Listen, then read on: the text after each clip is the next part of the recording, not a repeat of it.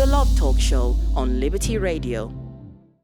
It is already well known that money conflicts are one of the main causes of divorces around the world. A recent survey carried out by an American institution showed that a large number of partners admitted to being financially unfaithful. Amongst those who had ever combined finances with a romantic partner, more than 40% of them have admitted some form of financial infidelity. The majority of those, around 85%, reported that the act affected their relationship in some way. 16% of people said the situation led to the end of their relationship or a decision to separate finances. Even if a person is physically faithful to their partner, they can betray their trust in other ways, like when dealing with finances. Financial infidelity can include a wide range of behaviors such as hiding a purchase, a bank account, a statement, hiding bills, or even cash, as well as lying about one's financial state, debts, or income. Frightened of financial infidelity, there are those who prefer to utilize some not-so-conventional methods when deciding to get married and live life as a couple. Singer Britney Spears and her fiancé Sam Asghari want to get married as soon as possible. However, a small problem, aka the pre-nuptial agreement, has been delaying their marriage date. The celebrity has called on their lawyers to put all their demands on paper. A source close to the singer told a magazine that negotiations are taking longer than usual and stated that Asghari wants substantial pay increases for every 5 years of marriage, should this end. More specifically, a 5% increase every 5 years. The idea is that in the event of a divorce, Asghari would not be left penniless. The personal trainer and budding actor proposed to Britney after 5 years of dating, and the couple recently published their engagement on social media. Another such agreement involves singer Robbie Williams and his wife Ada Field. Their contract guarantees £2 million for every year the couple spends together. Whoever defaults must pay the other. The two have currently been married for 12 years. Some prenups involve penalties, while others involve rewards. Actress Nicole Kidman stipulated that singer husband Keith Urban would receive $600,000 annually for each year they were together. This is on the condition that her husband didn't use drugs or drink heavily, as he has had a history of addiction and has been through stints in rehab.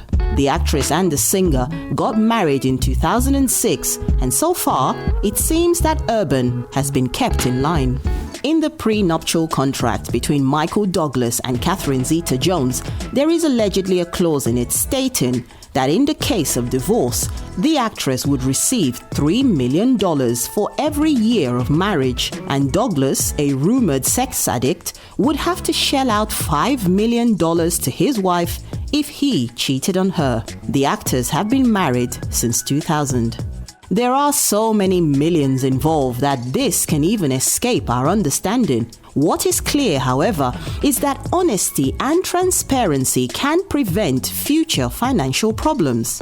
The reality is that despite these prenuptial agreements, most couples do not usually talk about money, which ends up causing a lot of problems for the relationship. On tonight's program, you will learn what financial infidelity is and how to keep it far from your relationship. Stay tuned. Betrayal not only in bed, but can also be in the pocket. Did you know that you could be cheating, not physically, not with your body, but financially, when you hide something from your partner, when you do something without consulting, when you have something hidden. This is a form, in a lesser way, but it's a form of betrayal, because you're betraying the trust of your husband. You're betraying the trust of your wife. They trust in you. And this can be very confusing, because when, for example, a person cheats on their partner, okay, it's clear as day what their intentions were. They know exactly what happened. Okay, this person cheated on her partner, his partner. But when a person has a hidden account, for example, hidden money, in some couples, they do. It's a hidden account, hidden money that the other person didn't know about. And when they find out, what does that mean? They are lost. They don't know what you think. What are you planning? Where are you going? Are you thinking of leaving me? Why are you putting some money aside? Are you planning our divorce? Are you planning something that I don't know of? So this can be very destructive to the relationships. Okay? This can be very destructive. We're going to give you 5 signs of financial infidelity in tonight's program. But first, I would like to go to the streets where we ask people, regular day people, we went outside here, Finsbury Park, to ask people what do they think financial infidelity is. Let's see. Do you believe that hiding expenses is a way of being financially unfaithful in a relationship? In some ways it can be. I guess if you're hiding anything in any relationship, I guess it can seem unfaithful. Yeah, be honest, be open. I guess money's a very sensitive subject. I think you should be honest all the time. If you're not honest with your other half, then you shouldn't be with her. You have to be 100% honest, even when it doesn't feel right to be honest, and it feels better to just not be honest with her. You should be honest anyway, because at the end of the day, if you can't be honest with her, then how are you supposed to spend your life with her, or he or she, whatever you deal with? I guess it all boils down to what you've determined as like boundaries and what your setup is in your relationship.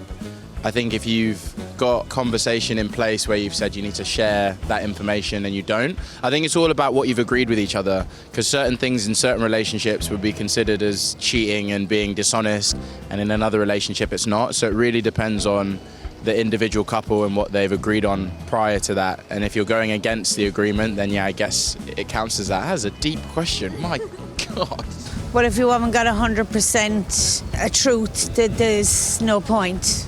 True, it's 100% down the line. I don't think you should have to hide it. If both people are working and you want to buy something, well, buy it. You're entitled to buy it, but you don't overspend. I think relationships are always about being open and honest, and I think if you're holding anything back, especially if you're looking to build a life with someone and settle down, then, you know, you've got to have all the cards on the table. And having something like that, you know, you're going to build a life together. You need to be open and honest about that, because it will, you know, something like that comes out, like, why would you hide it?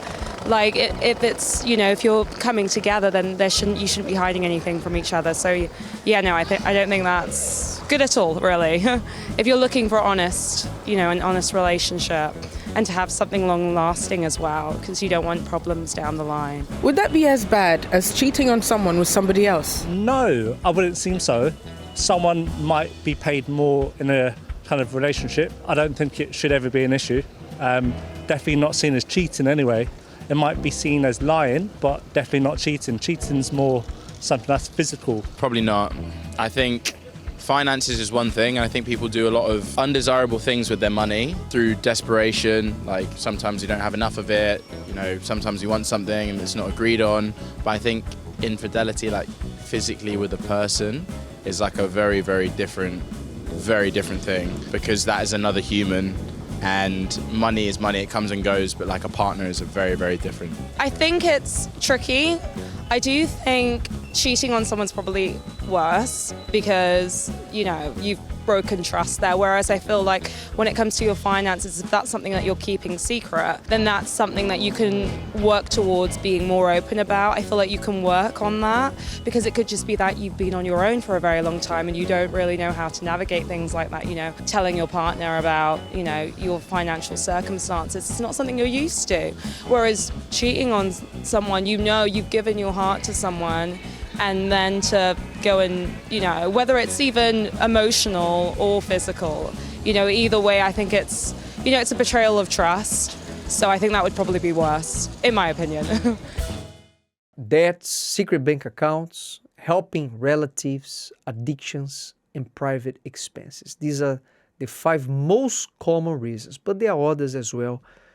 So, what can you do? Pastor, what can I do? What can I do to avoid financial betrayal, financial infidelity in my marriage? First of all, put it there. A very good marriage starts with transparency. Okay? Transparency. So, be honest with each other. You need to exchange passwords. You need to let the other know how much you earn, one bank account.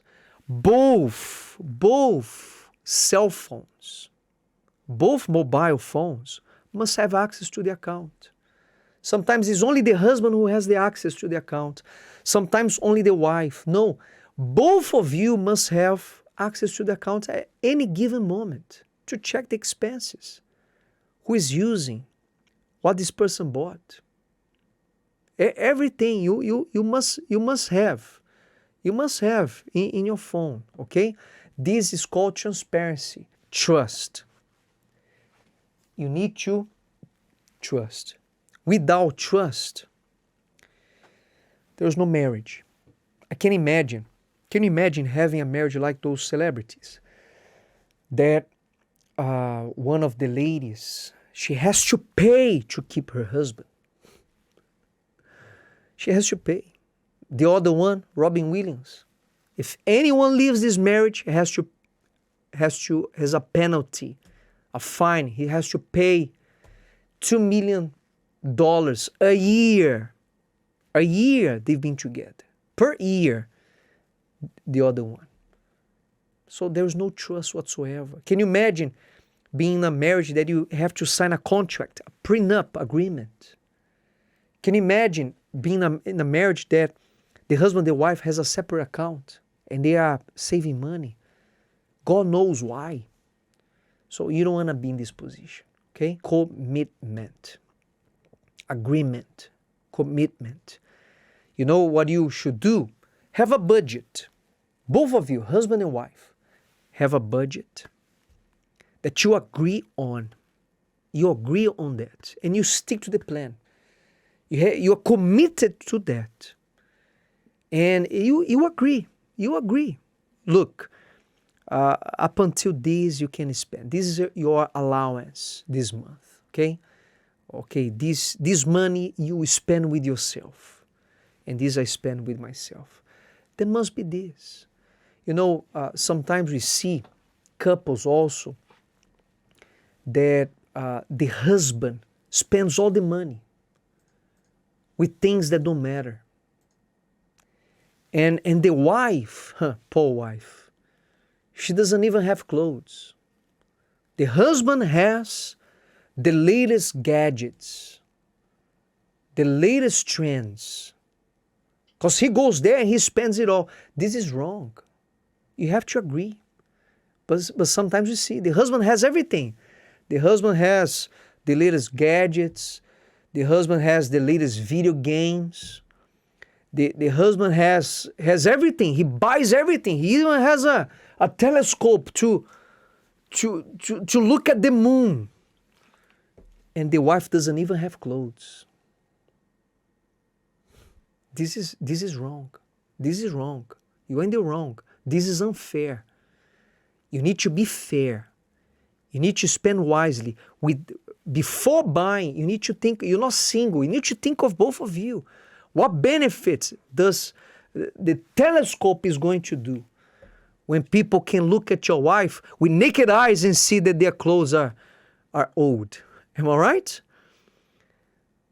What benefit is this bringing to your marriage? So you need to agree. Before buying anything, communicate. Do you need something? Do you think we can spend this more wisely in something that you need? Maybe you're gonna find out that the other person is in need of something that is more important. Okay? The Love Talk Show on Liberty Radio.